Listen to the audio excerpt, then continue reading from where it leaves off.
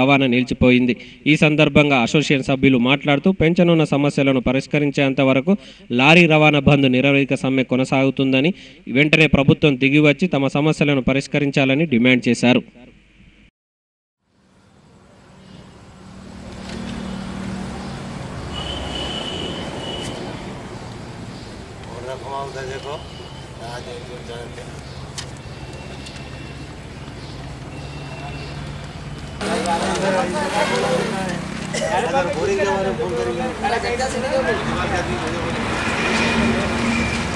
Jagtial lorry owner association lorry యజమానిగా మాట్లాడుతున్నాము. ఇవాళ నాలుగో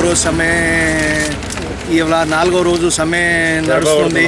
గవర్నమెంట్ మా దాని గురించి ఇవరకు ఏం పట్టించుకోలేదు. 2 రోజులు గడువు ఇచ్చినాం, గడువు కూడా దాటిపోతుంది.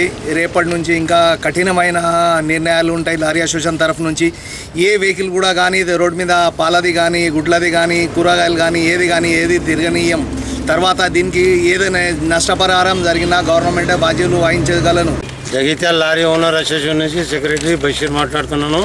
ఈ పింఛన్ రేటు ఇన్సూరెన్స్లు 26,000 ఇన్సూరెన్స్ ఉంది, 36,000 ఇన్సూరెన్స్ పెంచారు. కాబట్టి అది తక్కువ చేయాలి. యథావిధిగా నడిపే వాళ్ళని ఇన్సూరెన్స్ తక్కువ చేయాలా. మరియు టూల్ ట్యాక్స్ రేట్లు పెంచినాయి, టూల్ ట్యాక్స్ తక్కువ చేయాలా. మళ్ళీ డీజిల్ నెలకొకసారి 2 నెలలకు ఒకసారి డీజిల్ రేటు పెంచుతారు.